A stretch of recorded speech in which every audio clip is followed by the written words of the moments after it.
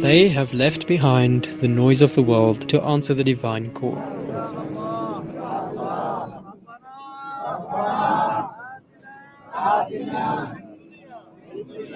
This Hajj season, join us on a journey of the soul every weekday at 9:45 a.m. right here on News and Views. We bring you Hajj Diaries, an intimate window into the sacred pilgrimage through the voices of those who walk the sands of Makkah and stand on the plains of Arafah. When I read the book on Malcolm X and he explained his journey for Hajj, was the reality that he saw, a white man, a Chinese man, an African man, all doing the same, all praising Allah subhanahu wa From the ta'ala. first takbir to the final tawaf, from moments of awe to tears of repentance, these are stories of transformation, surrender, and divine love. There is no superiority, no Arab, no, any other culture is any superior to the other. We are all there for one purpose, and Allah will judge us in our deeds on that final day. Monday to Friday at 9:45 a.m. only on News and Views. Salam Media.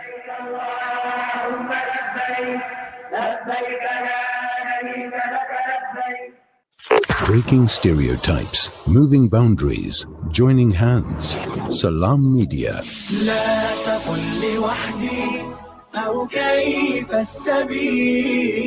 Humanity sets the agenda.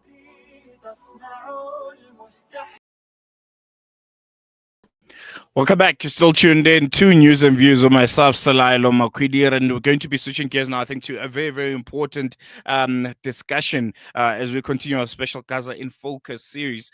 Today, we'll be turning our attention to a powerful act of civil resistance currently unfolding in the Mediterranean Sea. The ship Madeline, named after Gaza's first and only fisherwoman, is making its way towards the besieged Gaza Strip, carrying urgently needed humanitarian aid.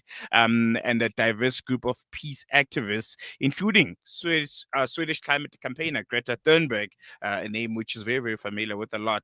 This mission is happening, I think, in the shadow of a worsening catastrophe, Israel's total blockade that has left more than 90% of Gaza's population facing starvation, with dozens of children already dying from the hunger. We've all seen the images. We've all seen, what's been happening in Gaza, and it's really, really devastating scene. The Madeline's peaceful voyage recalls past efforts to challenge Israel's maritime siege, and there's been some challenges on its route. I'm sure you've seen and heard on social media and different platforms about this continued attack and the threatening of this flotilla by none other than some of the officials of the pariah Israeli state. And in a bit, I think we'll be speaking to someone that has first-hand experience of being on that flotilla, and being on that flotilla during some of its most difficult moments. It was attacked in one of its voyages. We'll be speaking to Huwaida Arraf. She's a Palestinian-American human rights attorney. She's the co-founder of the International Solidarity Movement and a key figure in the Free Gaza movement. She led 5 successful missions into Gaza by sea herself and was aboard the Mavi Marmara when Israeli forces carried out a deadly raid back in 2010. She's a long-term activist, a civil rights attorney based out in Michigan, and continues to play a critical role in the fight for Palestinian justice. And she joins us via our virtual platform. Huwaida, welcome to News and Views. Really, really appreciate you giving us your time, and looking forward to having a really eye-opening conversation with you this morning.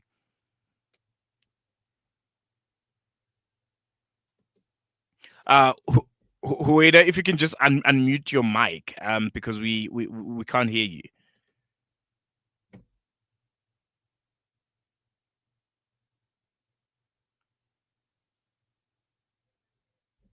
All right. We seem to have lost Huwaida. We're going to try and get her back because I think this is a very, very important conversation that we need to have. We've been seeing, this freedom flotilla trending on social media in the last few days. It's trending because the flotilla, the Madeline ship, which got launched by the Freedom Flotilla Coalition, the FFC, currently en route to Gaza, carrying humanitarian aid that is much, much needed, and has some very, very prolific human rights activists that are essentially protesting against Israel's illegal blockade of the Gaza Strip. The vessel has set sail in response to that total aid blockade, that shutdown of aid coming into the Palestinian enclave, and this is since March the 2nd, if I'm not mistaken, and has resulted in the deaths of dozens and dozens of children due to starvation. More than 90% of the enclave's 2.3 million people are facing acute food shortages. This is according to various age groups. And what was interesting for me is the name of this flotilla. It is named the Madeleine. It is named after Gaza's first and only fisherwoman who departed Catania, Sicily, on June 1st, just 1 month after Israeli drones bombed Conscience, another Freedom Flotilla Coalition aid ship. This was off the coast of Malta. And then, they've embarked on somewhere around 2,000 kilometers or 1,250-mile journey that is expected to take plus minus 7 days, provided that there are no disruptions. But as we have all seen on our various social media pages, that there have been, some disturbances, attacks by the Israeli occupying forces. They've had drones that are flying overhead the flotilla, and there's been some really devastating and some scary scenes that are coming out. On Tuesday night, which was yesterday, there was a surveillance drone that was seen hovering over the Madeleine, the flotilla, as it was approximately around 68 kilometers outside the Greek territorial waters, so around 42 miles. The drone was later identified as a Hellenic Coast Guard Heron, which has seen departed. It has left, and the Freedom Flotilla Coalition released a statement, and it reads, "Thank you everyone who shared our live updates and supported those on the Madeleine at 11:12 p.m. CEST time. 68 kilometers away from Greek territorial waters, a drone began to hover above the Madeleine. The drone is no longer there. Thankfully, everyone on the Madeleine is safe. Team on the land have heard back from search and rescue, who have reported that it was a Hellenic Coast Guard Heron surveillance drone. We will update everyone as soon as possible. Stay alert and stay with us." And that's the current situation on the ground. And I've been just looking at the list of some of the individuals that are on that flotilla. Greta Thunberg, Swedish climate activist, is there. Rima Hassan, French Palestinian member of European Parliament, is there. You have Yasmin Akar from Germany. There's a lot of people, but we're going to be getting to that as soon as we try and get Huwaida back with us. Huwaida, assalamu alaikum. Can you hear me? Wa alaikum assalam wa rahmatullah. Yes, I can hear you now. All right, perfect. Thank you so much. We don't want to miss you, because I think this is a very, very important conversation that we need to be having, especially looking at yesterday or last night's events. But I want to kickstart the conversation with yourself. You've been part of some of the earliest and most high-profile efforts to try and break the blockade on Gaza by sea. What are your thoughts, on the current Madeleine voyage and its timing, most importantly, and some of the challenges that it has encountered while in international waters? Yes, we started to try to break Israel's siege on Gaza back in 2008 when back then, even, it was illegal. It was deadly. People were dying because they didn't have access to basic things. And yet the governments around the world, countries, weren't doing anything to stop Israel from persecuting the Palestinian people. And as you noted, we have been attacked before. And in 2010, we had organized a large flotilla after our smaller ones had been attacked a few times by the Israeli occupation forces.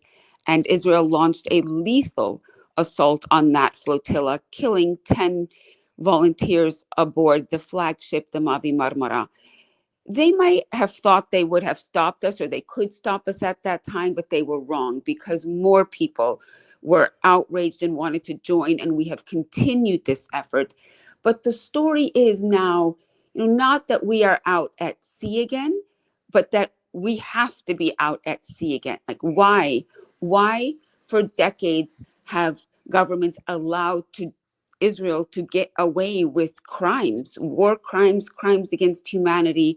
And I heard part of your program where you said we are all seeing the images of a collective mass forced starvation on top Mm. of all of the bombings and the dismemberment and what they're doing to Palestinians.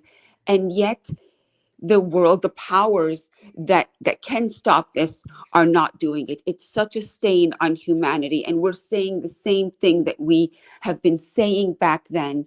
Not that we need to bring aid to Palestinian people. Of course we do, but we need to end the situation that leaves Palestinians in need of humanitarian aid. Because as a Palestinian, I will tell you, my people, we don't want to live on humanitarian aid. And we've been screaming that for years and for decades. But Israel consistently creates that situation. And so what we are doing, our boat, the Medellin, which is out at sea right now, it is a very small one. It only carries 10 people. We packed it with as much humanitarian aid as we can carry, but it is not even a drop in 5 oceans of what is needed now. But what we are saying is Israel has no right to control Gaza or any of the occupied Palestinian territories. And governments need to stop waiting for permission from Israel to get into Gaza.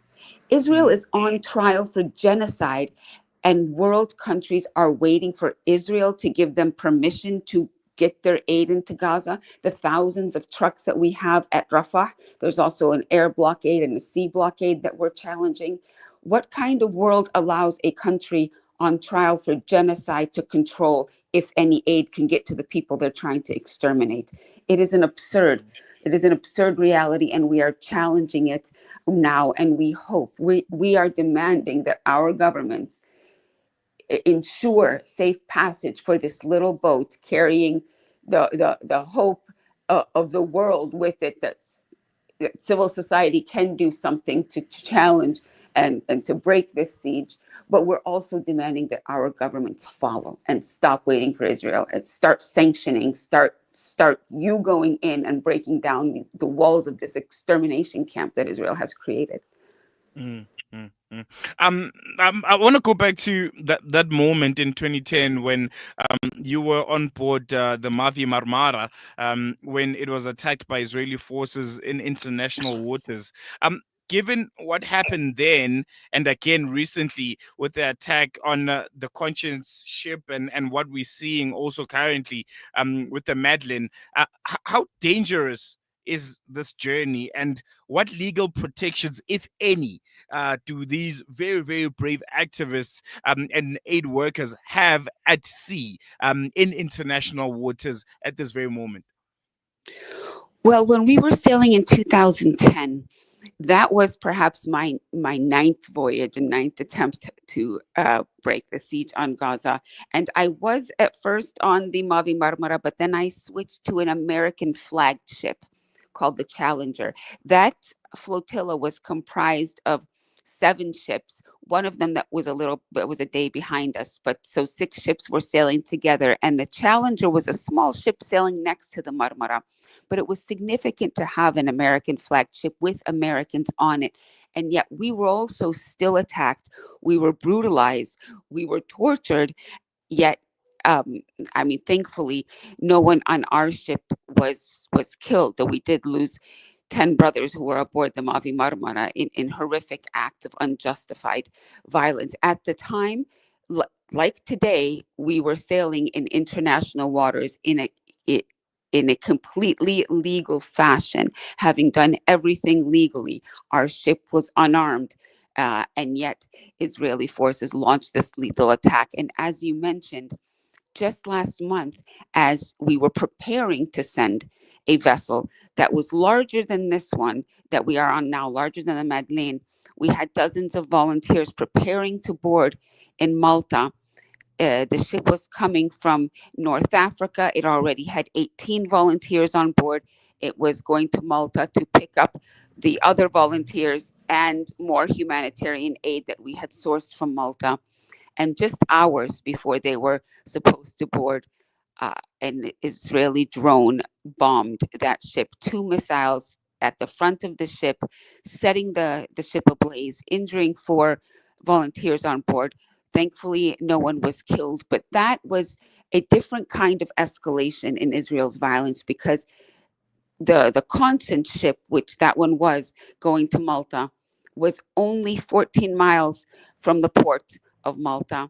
It was in European waters. It was 2,000, kilometers from from Israeli territorial waters. Yet Israel went into Maltese airspace and Maltese territorial waters to bomb a civilian ship carrying humanitarian aid. And what was shocking about that, not Israel's conduct, because we see the violence and um, just the brazenness in which Israel commits its crimes before the eyes of the world, but the fact that Israel did go into and violate really the sovereignty of Europe to commit this act. Not one condemnation from European countries. And in fact, Malta treated us like we had committed the crime. It was suspicious of us, did not say anything about Israel. And unfortunately, that's what we're seeing, because countries have not been facilitating our voyages. They have at times over the years, in fact, done Israel's bidding in stopping us from leaving port, even though we were all legal. Now we were able to leave port on Sunday afternoon at local Sicily time. We left, we launched the boat, a wonderful reception and launch from the Sicilian people. The government of Italy did not stop our ship, and they are sailing now in international waters. Last night, we did have a scare because they, at night, at approximately 11 p.m., 10 minutes after 11 p.m. local Palestine time, there was a drone overhead.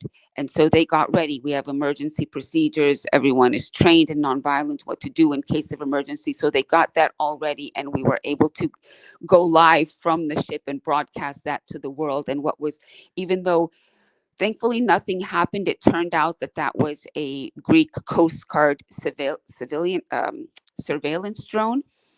What we saw was that thousands of people immediately mobilized. We had, within seconds, thousands of people watching the live stream and sharing our content and calling their media and leaving messages at the offices of their parliamentarians. And this is what we say when we say all eyes on deck. Keep an eye on that boat, because the more visibility it has, the safer it will be. We did have another incident just a couple of hours later with 2 drones that were circling around the Madeleine. We are trying to find out why this is happening. It seems to be harassment, but from what we can tell, they were not Israeli drones. And we are continuing to watch and monitor. We're trying to clarify from the Coast Guard why they are doing this. They have not given us any answers yet. But you asked an important question: what legal protections they have. The law is on our side, but as we see, the law is also on the side of Palestinians who are being massacred. There is no enforcement mechanism for the law. It is up to states, and states are failing. They are failing, and this is why civilians are stepping up. A couple of days ago, we asked people to put Israel on notice. So just a few hours after, we actually received a letter, a statement from UN special rapporteurs demanding safe passage for the Madeleine. It made a very strong statement about the right of the Madeleine to navigate freely in international waters and to reach Gaza, demanding that states and Israel guarantee safe passage. We put out a letter that has been sent tens of thousands of times already. And what it does is it puts Israel on notice that this is a civilian ship carrying civilians, carrying humanitarian aid. Israel, as a state, as a member of the United Nations, is obligated to respect international law. It is obligated by the Geneva Conventions, by the UN Charter, by the Charter on the Law, by the laws of the seas, to guarantee the freedom of navigation in international waters, to guarantee the unimpeded access of the people in Gaza to humanitarian aid. That's not only their obligation as an occupying power under the Fourth Geneva Convention and international humanitarian law. That is their obligation under court orders from the International Court of Justice in the case of South Africa versus Israel. In that genocide case, we have 3 separate orders from the International Court of Justice ordering that Israel immediately facilitate the entry and distribution of all humanitarian aid needed by the people, because there is a plausible case of genocide. And of course, starving people to death is one of the methods that is being used. Israel is ignoring all of it. So what it comes down to is political will, the mobilization of the people to demand that our states act to enforce international law, that our governments issue a warning to Israel, sanction Israel if it touches the Madeleine or the people on board. And of course, we need to keep in mind that we're doing this because every day the slaughter of the Palestinians. So that is the first request. But being at sea, internationals from 7 different countries also kind of helps to highlight the failure of the international community and activate these states. 6 of the nationals are on board are from France. France has a legal obligation. That vessel is flagged by the United Kingdom. The United Kingdom has an obligation. All states have an obligation to stop genocide. And we have civilians from these countries on board a European, a UK flagged ship trying to do just that. These states have an obligation, even more really than all of the others, to make sure that that vessel stays safe. Mm, mm, mm. What has been your latest communication, with the crew on board the Madeleine? I mean, we're all following what was happening in the last few hours, midnight most especially. Have you gotten in touch with them? How are the spirits in the flotilla? Is everyone safe? Is everyone okay? And is everyone more determined than ever, I would assume, to make sure that the much needed humanitarian aid hopefully and God willingly makes it to Gaza? Yes, spirits are high. People are determined. We have people on that ship who aren't really activists for Palestine. They're activists for humanity. They do other work, but are so horrified and convinced just as much as we are that we cannot accept a world that makes us watch the starvation and annihilation of an entire people. And so everyone on that ship is determined. Even yesterday, after there was a little bit of high stress, because just a month ago our ship was bombed by a drone. So seeing a drone overhead, they were ready to abandon ship if necessary. But they still, spirits are high. No one is deterred, and they're continuing on that mission. Some of the stuff that we're carrying, as I mentioned, it's a drop in the ocean, but baby formula. People were donating baby formula, baby milk here from Sicily. Other things like medicines that Israel does not allow in. I mean, really, what kind of world is going to not allow baby formula into Gaza, is going to allow a rogue state to harm civilians carrying baby formula to try to save babies' lives in Gaza? Really, if we allow that to happen, what kind of world are we living in? No, definitely. And I think you mentioned something very, very important, that majority of these activists are not necessarily Palestinian activists. They're general human rights activists. And we've seen the inclusion of high profile figures like Greta Thunberg, and just the diverse international crew, which seems to be garnering global attention. From your experience, how much of a difference does this kind of visibility and media focus make when it comes to these flotillas? Visibility does help, again, because it helps. If all eyes are watching, it makes it harder, although not impossible, for Israel to attack. It puts more pressure on our countries to do something. But we are very conscious that we definitely need all eyes on the flotilla. We need the visibility, but we don't want to take any we also want to keep the focus on Gaza and why we are doing this. And that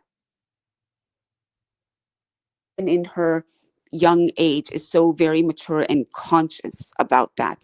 And she, in fact, is sometimes uncomfortable with all of the focus on her and always tries to direct it back to why we're doing what we're doing, and that we need to keep eyes on Gaza and what is happening there, because as we are sailing now, they're being deliberately starved, they're being bombed, they're being mutilated. Uh, but you're right. It's a delicate balance. It's knowing that we need the attention to draw the eyes on the world to why we even have to do this, and trying to keep also those 12 civilians who are, who know this is a dangerous mission and who are out at sea. We all have an obligation to each other and to humanity, but it is a delicate balance of saying all eyes on that flotilla, but also because we need to um, we need to stop what Israel has been doing to Gaza.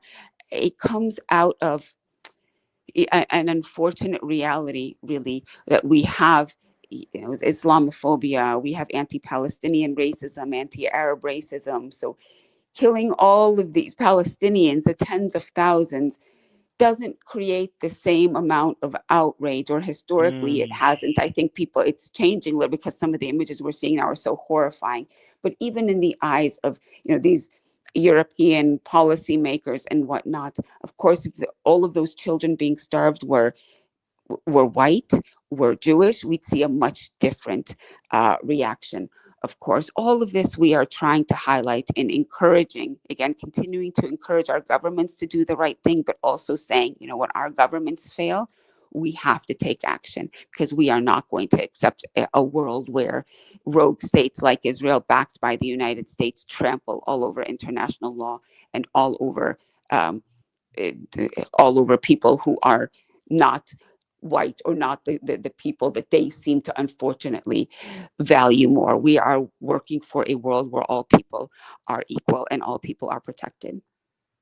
All right. No, I think we're going to leave it here for now, Huwaida. Thank you so much for joining us. Really, really appreciate it. And I'm sure we'll be keeping in touch with you because I think you can be our direct link to the flotilla. I'm sure they are communicating with you. You're getting some first-hand accounts, and we could use you as an avenue to try and make sure that the world knows that they are alive, they are safe, and they're still in good spirits. So really, really appreciate it. Absolutely. And people can follow the Madeleine on our websites, freedomflotilla.org. You can see a tracker to follow its voyage when they go live. If there's anything, follow us on social media. And hopefully, after the Madeleine reaches Gaza, we're readying right now another boat to go in the coming weeks. So please, everyone, stay with us. No, definitely. That was Huwaida Arraf, civil rights lawyer and a veteran activist for Palestinian freedom.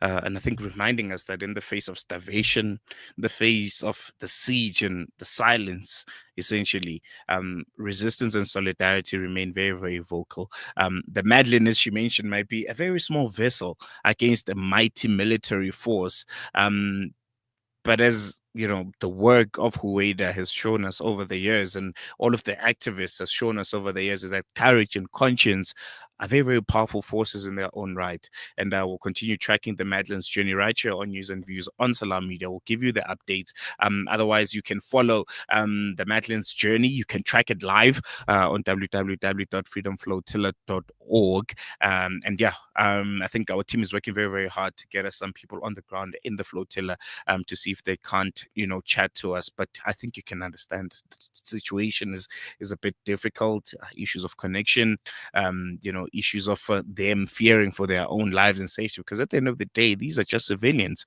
I think all of us can do our little bit, especially when it comes to a very small but yet so significant measure that has been taken. The Madeleine and just the whole Freedom Flotilla initiative might seem so minuscule in the greater scheme of things. I mean, Huwaida mentioned that whatever they're carrying to Gaza is not even a drop in the ocean of the need that has been identified, and a need that all of us know and understand. But it's just about having eyes on Gaza, having the conversation ongoing, on a daily basis. And she says something very, very powerful that stayed with me. The fact that, unfortunately, because these people are not white. These are not white babies that are being massacred. These are not white women and white men that are being massacred. I mean, we saw the outrage on Ukraine in the beginning stages of their war with Russia, and just how the entire, Western international community was in arms, because these were people that looked like them, these were people that sounded like them, and they even said it. The journalists said it. They look like us, they drive the same cars as us, how can they be subjected to this? And as Madeline was speaking, I was thinking to myself, as an African, as a black person in South Africa, living in the continent of Africa, I can relate to that more than anyone.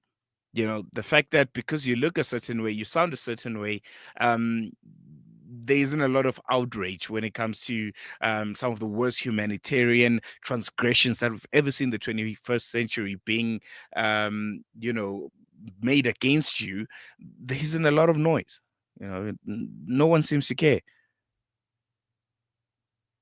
So yeah, I think it's up to us, it's up to the international community to make sure that the voice of the people of Palestine are amplified, and we follow and support the Freedom Flotilla, because as small as it is, its voice is very, very big. We've come to the end of the show. Thank you so much for joining us. We're going to be with you again tomorrow for the Thursday edition of News and Views. I'm not leaving you as is. I'm leaving you with one of my favorite segments of the show. It's called #FiredUp. This is with Imran Chunara. He's the CEO of Africa Muslims Agency, and he has this weekly segment on our show where he gives you a fired up kind of nudge into the right direction to get your week started, to get your day started, to tackle whatever that is in front of you. And his topic today is decisions that shape your life. It's decisions that shape your life, not conditions. So it's decisions. It's how you decide and how you react that shapes your life, and not necessarily the conditions that you're presented with. So take a listen, let it all simmer in, let it all sink in, and let's all not stop talking about Gaza. It is very, very needed, especially now. This has been News and Views. We'll be with you again tomorrow. Shap, shap.